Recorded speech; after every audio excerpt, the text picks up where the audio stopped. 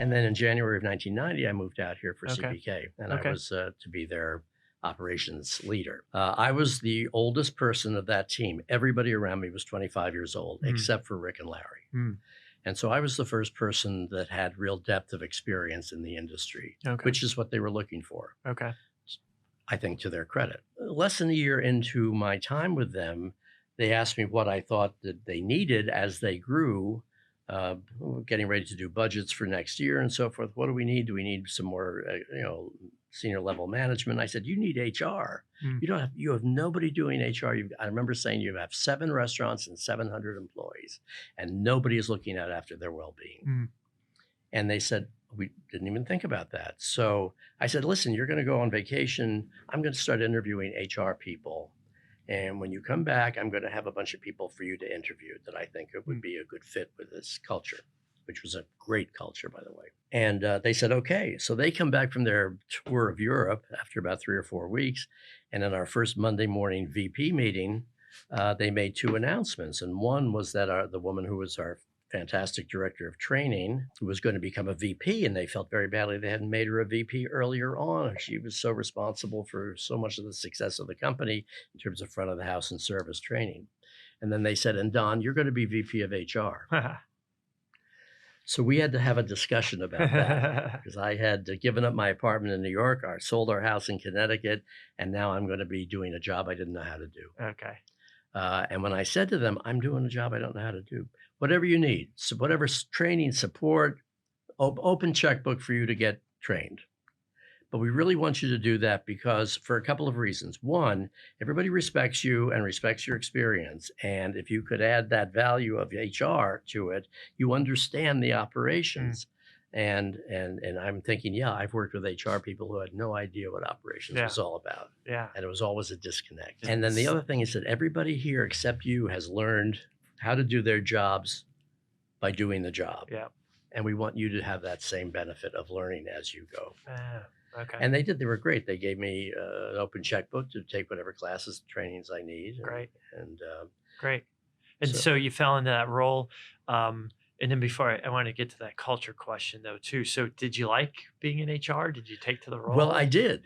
Okay. I didn't know whether I would, but I did. It seemed to me a lot about problem solving. And I was alone. I was the lone wolf in HR. I didn't have an assistant. Okay. I had nobody looking out over benefits.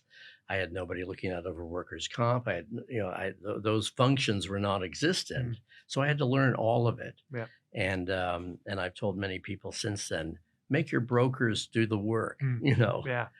They get paid to help you. And teach you and train you. Yep.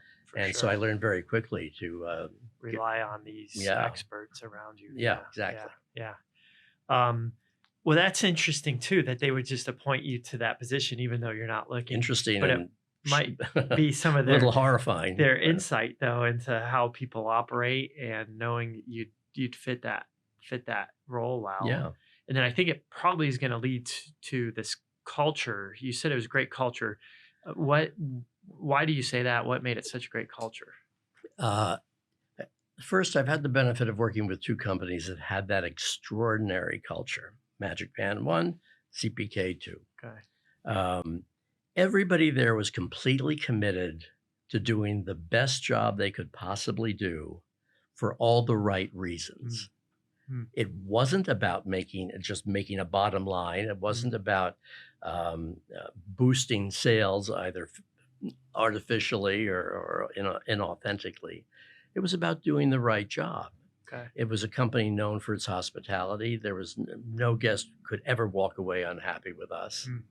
No employee could ever walk away unhappy with us. Okay. Yeah, we had to terminate people, and yes, we had to discipline people from time to time, and so forth. But they either ultimately would fit or not, and we learned to hire the people that were the CPK type, who had that personality, that natural warmth, that natural desire to be of service and to provide a great experience for a guest. So do you think that's where you won that culture issue on the hiring? It was either the people had it or they didn't? That's right. Yeah. So we had a kind of a strict 3 interview process. It was a red light, green Uh, light sort of a thing, red, green, yellow light.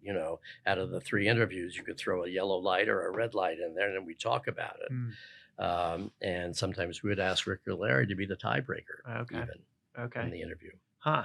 So that's interesting. Yeah, I hadn't thought about this from that perspective. Normally you're hearing so much what companies can do to create the culture internally, and develop the culture, but uh, this concept of it's who you hire, you win that war right off the bat. It was in the genes, Yeah, you know. yeah, Certain things can't be trained. You yeah. can't. I can teach you how to cook. I can't Right, teach you how to enjoy it or be happy about it right. or to be good to other people. Yeah, You know. yeah. So it's almost just getting good people in the company and around you, That's right. and that develop that culture. Yeah. Yeah, that's great.